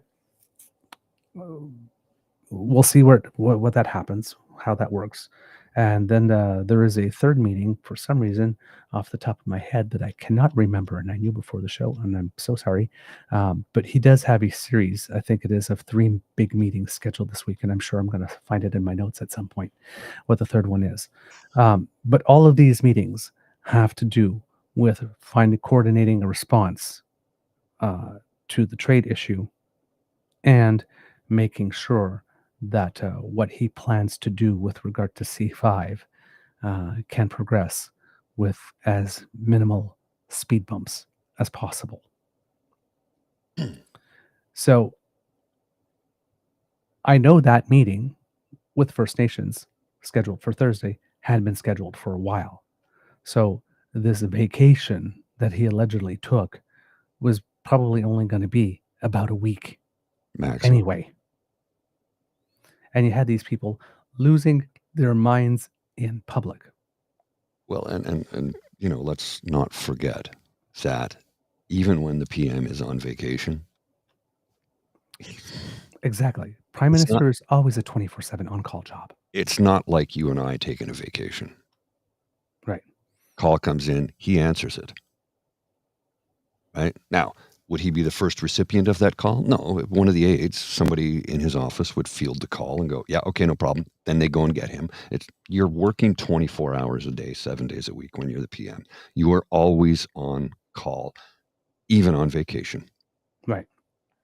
So you're never not working. Exactly. The third meeting, I just found it in my notes. It's not for this week, it's next week. So on Tuesday, hybrid meetings with this front bench team with the focus on ongoing negotiations between our two countries. Then provincial and territorial premiers are going to meet in Muskoka next week. So that's when he's going to meet with them. But I'm sure there's been lots of phone calls. And between the Tuesday meeting with the hybrid meeting with the front bench team and the meeting next week with the provincial and territorial premiers on Thursday, then it will be the closed-door huddle with First Nations chiefs and community leaders to discuss his government's controversial pitch to accelerate the approval of major projects designated as being in the national interest. No additional details on that meeting had been released as of Sunday morning, but according to a draft agenda provided to APTN News, it's slated to begin with a half-day session on Wednesday afternoon that will include remarks from ministers, although as per APTN, quote, does not say which ministers, with a 50-minute technical briefing about the new law to follow. Then chiefs will have 1 hour from 3:45 to 4:45 to ask questions. The workday is set to wrap up at 5 p.m. after closing ceremonies. And here's another reason why I'm a little skeptical. First of all, I would hope, which ministers? So that's not going to be the premiers, so that's cool there, because if it was the premiers, then I would be very, very, very, very cautious about scheduling Doug Ford or Daniel Smith at the particular moment. Oh, given yes. that they don't seem to care much about drinking water on reserve. That probably will not be well received. But I'm looking at this whole thing, the half-day session on Wednesday, yes, that will include Merry Christmas, so there'll be some working thing, and then 1 hour. Okay, 643 individual communities from coast to coast to coast. 1 hour to ask questions. I don't think that's enough time. At some point, we might have to start to accept that reconciliation, if we're going to do this in a meaningful way, is more than a half working day session, part of it taken up by remarks from ministers, and then 1 hour to ask questions when we're dealing with 643 different communities and maybe 400 and something different nations. The premiers are going to get a full day. Hundreds of other nations are going to get 1 hour to ask questions. If we're truly dealing nation to nation, you might want to schedule a little more time. I think so. I'm going to have to step out in a moment because I've got a very anxious puppy dog at my feet. I just wanted to read something to you here that came across my feed from David Coletto, who has blocked me for some reason. Maybe I said something he didn't like. I don't know. But I can still read because, the blocking on Twitter is meaningless now. But he says, is Canada finally getting its own DARPA? Buried in the 2025 liberal platform is a bold idea, the creation of the, pay attention now, Bureau of Research, Engineering, and Advanced Leadership in Science, or Borealis. Yes, we've talked about that, yes. So it's kind of interesting. This is DARPA's I can't remember basically DARPA created the internet. The network was built and they were able to use that, and the internet was built around that. The World Wide Web was created by Tim Berners-Lee, of course, back in the early 90s, but the network was already in place and built by DARPA. So, yeah. DARPA is the Defense Advanced Research Projects Agency. I knew it, but I just couldn't come up with it for some reason. I was blanking. Yeah, absolutely. Borealis. And on that front, too, recently, the government of Canada announced money because this is something that we had talked about on the show with regard to science and technology and innovation and research, right? Because we heard some stories about academics from other nations, particularly from the United States, potentially wanting to come to Canada and looking for other opportunities because, Trump is attacking universities. And on July 9th, this happened. It got a little bit of coverage, but not a lot. Mélanie Joly, who's the Minister of Industry and Minister responsible for the Canadian Economic Development for Quebec regions, and the Honourable Marjorie Michel, who's the Minister of Health, announced over $1.3 billion of funding to support over 9,700 researchers and research projects across Canada. The funding is distributed through several programs, so $365.6 million to create 4,761 scholarships and fellowship recipients through the Canadian Institutes of Health Research, the Natural Sciences and Engineering Research Council of Canada, and the Social Sciences and Humanity Research Council of Canada. So NSERC, which is the National Sciences and Engineering Research Council of Canada, will get $589 million to 2,950 awardees through a Discovery Research Program. Then the College and Community Innovation Program will give another $29.8 million to 51 recipients. The CREATE grants will get another $26.4 million to 16 recipients. And then there's similar things for social sciences and research. And then there's in general for just research in health.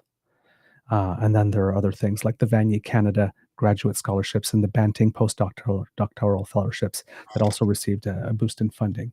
But yes, it got very little coverage, but $1.3 billion to support funding for more scientific research and innovation, and to capitalize on the brain drain from other places and to create a brain gain for us, which if that research, even if 10% of those research projects result in something, additional patents, intellectual property, all that kind of stuff that is based in Canada, that's going to be a big boom for the economy.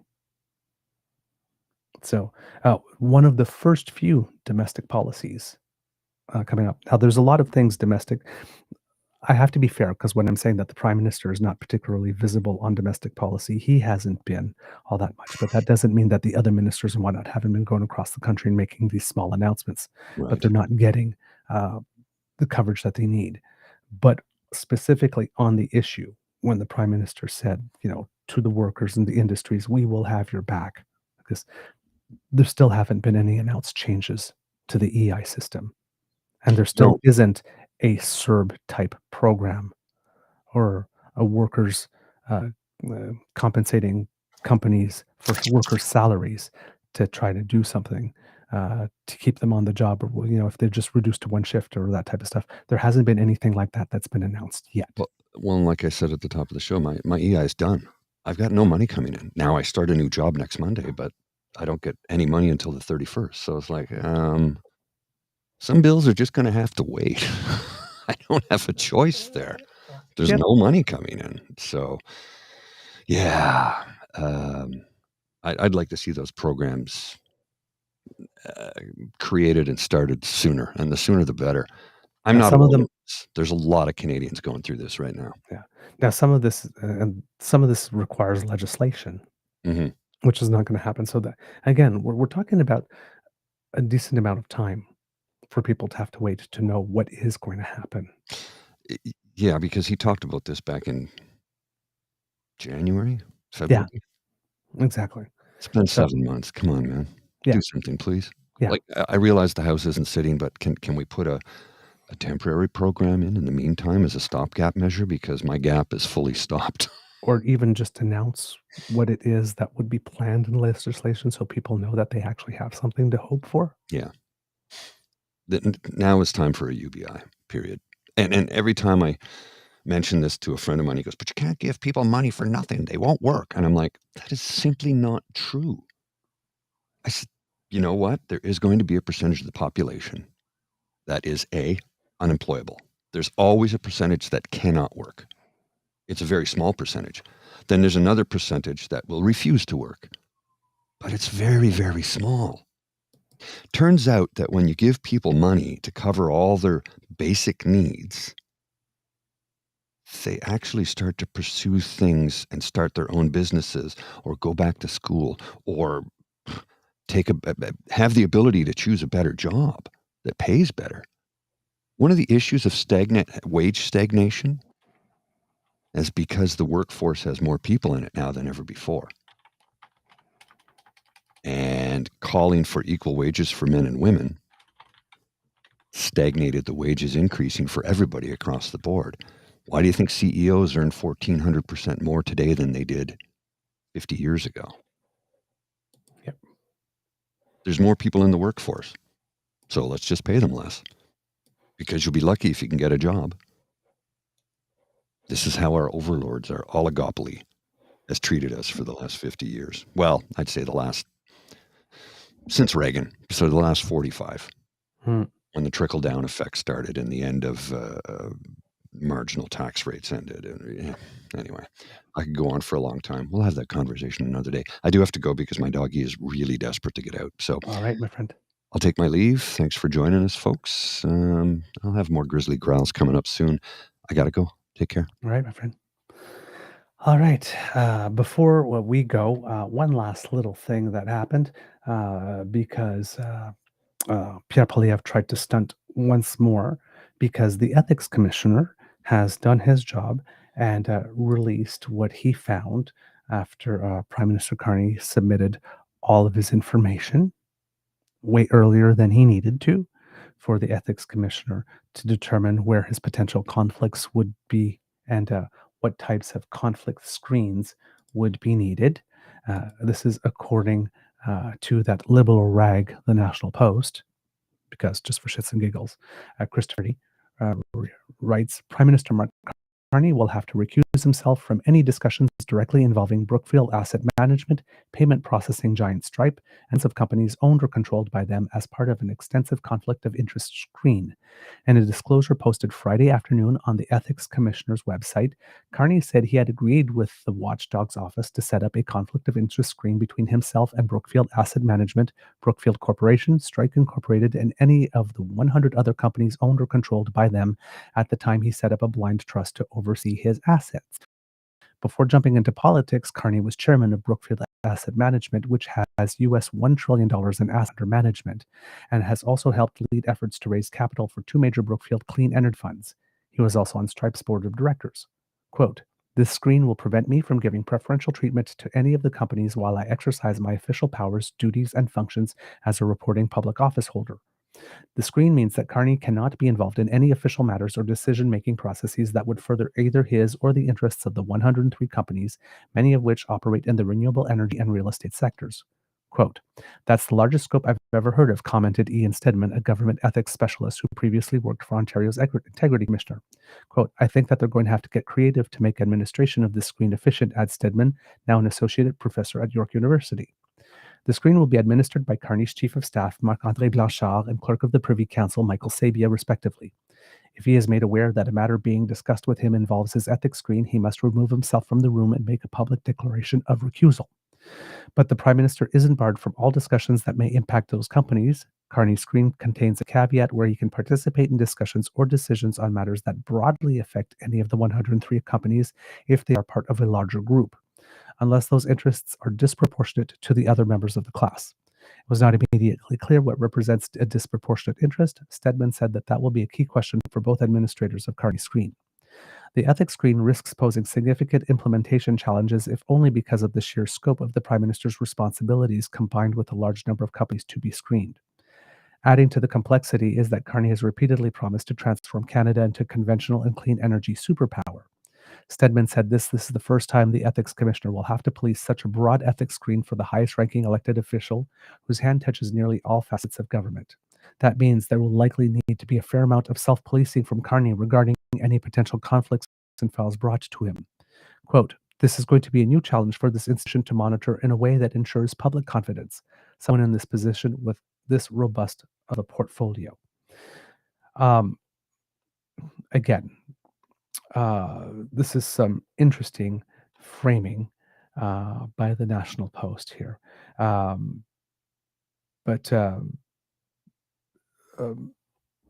there's also, I think, a larger sort of overall big fund that he may be invested in, similar to what Pierre was invested in, that has a whole bunch of stuff in many other little tiny companies. But it's like this sort of basket of things, which includes, it's not just Brookfield stuff. It could be stairs like Airbnb, Amazon, American Express, Apple, BlackRock, Coca-Cola, Costco, DoorDash, Lockheed Martin, Lululemon, Moderna, Netflix, Palantir Technologies, Pfizer, Uber. So it's basically, some of the, a lot of the biggest companies that are out there. Now, with regard to this specifically, Pierre Poilievre tried to stunt and put out a tweet that said, "Prime Minister Carney should have to sell all of his holdings and hand the cash to a trustee to have it invested in a truly blind trust so he doesn't know what he holds. Otherwise, he will always know how political decisions can affect his personal wealth." This is a guy who hasn't disclosed his own holdings to the ethics commissioner. And this from a guy who still hasn't that for a security clearance because he lives in fear of what it is that may be found out about him if he does that. Gary Mason, who is a columnist with the Globe and Mail, stated, "The way to attract highly successful people to run for office, tell them that they have to sell all of the assets they've spent a lifetime accumulating and hand the cash they make to a third party for safekeeping." Who wouldn't jump at that offer?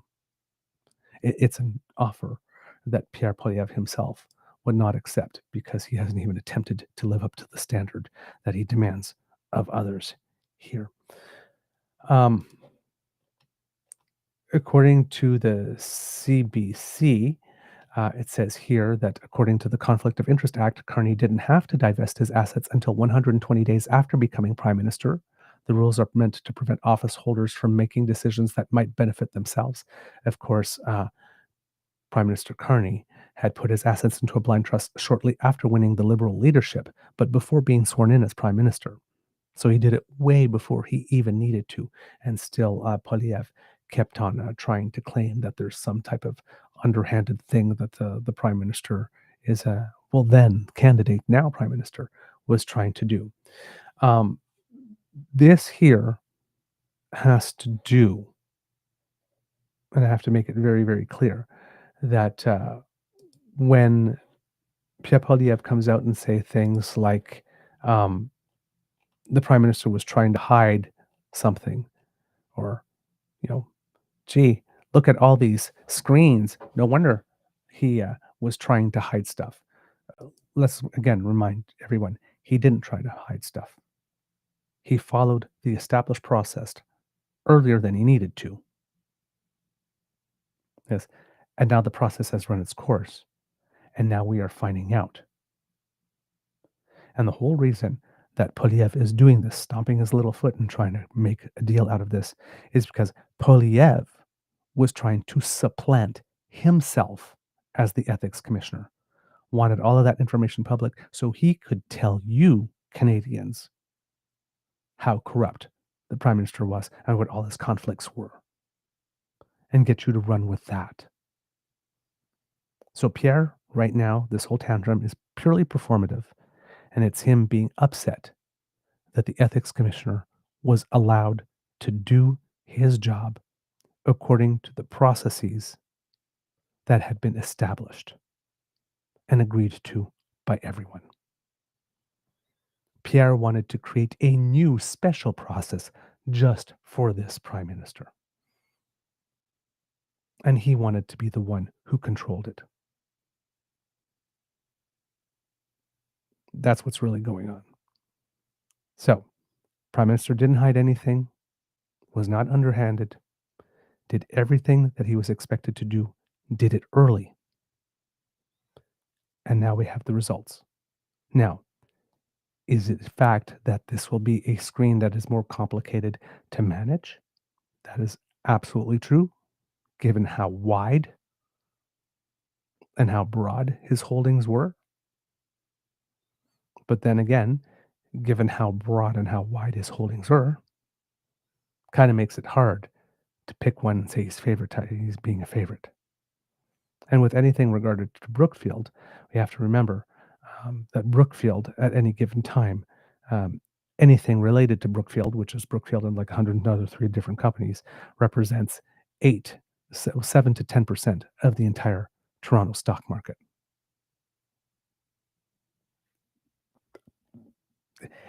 It's going to be very difficult for him to make a decision of some kind that doesn't affect anyone.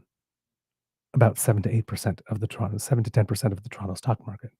So yes, these screens will require some very strict administration, and they might be tougher to administrate, and they'll be more complex than probably with any other prime minister in Canadian history. That is a true thing. But we are dealing with someone, again, if we're talking about trust, who disclosed everything to the ethics commissioner before even being prime minister. And he had 120 days to do that after becoming prime minister, or 60 days, sorry. So I think if we're looking again at Pierre and his history, and we're looking at the prime minister and his history, we see one person who's proactively doing the things that he has to do in order for him to behave ethically. And then we have some person with a 20-year track record who won't do those same things even though he demands them, and also has a lifetime compliance agreement with Elections Canada,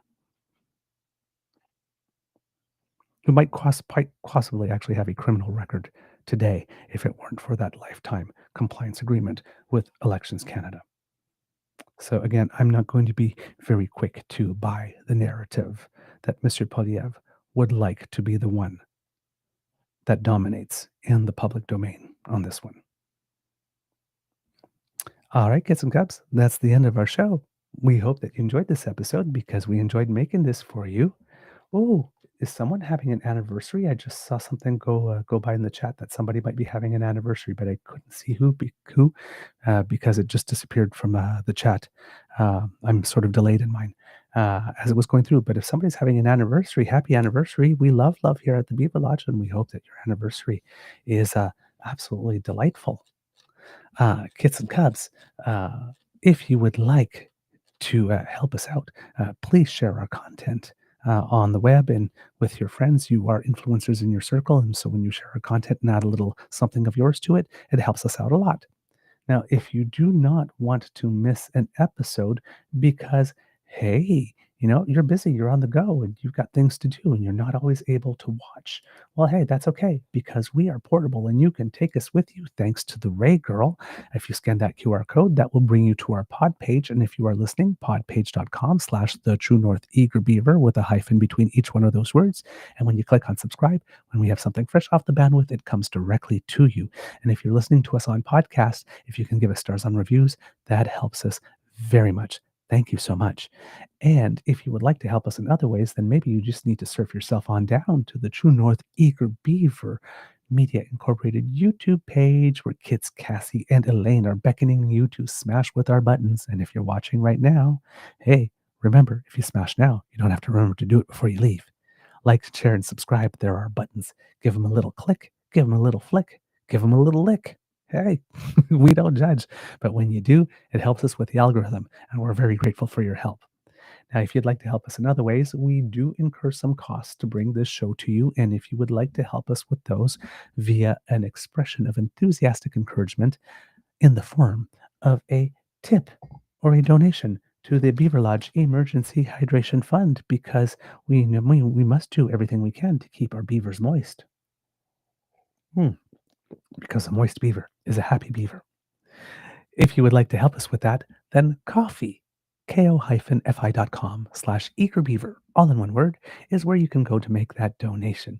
And if you would like to make a donation that is completely by Canadian, by bypassing the US CE Tech Pros, then our email address, truenortheagerbeaver@gmail.com, is where you can send a direct transfer. And the bonus is that we get 100% of your donation when you do it that way. So it's win-win. Thank you so much for your help.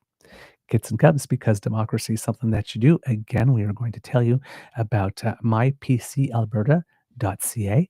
If you are an Albertan and would like to have an actual other option in whenever the next provincial election comes along, and you would like to have an Alberta Progressive Conservative Party, again, a genuine one, then please go to mypcalberta.ca and sign the petition there to help the party gain the number of signatures it needs to register officially with Elections Alberta. And that will be doing your bit for democracy. Words of wisdom, Kits and Cubs. I don't have any of my own today, but I do believe I had some singled out that someone had brought to my attention, and I would like to read them for you if I can find them. There's a lot going on here, and unfortunately, I do not have them. I had one singled out for you because it was something I read online that was absolutely fantastic, and I thought I would bring it to you, but unfortunately, I did not put it in my notes today, even though I saw it on the weekend. So I'm going to have to come up with some of my own wisdom. Let's see. Kits and Cubs. Again, just when you see things that are inflammatory, that are seeking to get you to bypass, again, your logical center, people making statements of fact, breathe. And before buying into the narrative, look at what's being said and ask yourself, is this actually a fact that I've seen verified and corroborated by a credible source that is independent? And when you do that work, chances are that you will be upset by a lot fewer things. Now, it might make you upset that people are engaging in the practice of making statements of wishes as facts and then running with them. But that's a whole other issue that will require whole other wisdom that I don't have for you today. But at least if you don't want to have your heart rate go up, just make sure to ask yourself, is this actually something we know to be a fact? And that might help. Kits and Cubs, it could be a tough world out there, so please be kind to and gentle with yourself. And now at the count of 3, if you would, a coordinated Mr. Beaver, please cue the cock, would be very welcome. On 1, 2, 3. Ooh, that sounded rather patriotic too. I shall oblige. You are listening to a True North Eager Beaver Media Incorporated podcast. The True North Eager Beaver podcasts are proudly brought to you by our founding sponsors. The Misfit Mysteries from Corvid Moon Publishing, your source for science fiction, fantasy, and cozy mysteries featuring a broad diversity of characters. CanadianTarot.com, their uniquely Canadian online eclectic tarot community. And The Peppermaster, hot pepper sauces made from farm-fresh ingredients to thrill your taste buds and expand your mind. We are grateful to the Crier Media Network for its support, Pete Jarvis for our artwork, and Paul Joseph Something for our opening and closing sequence music.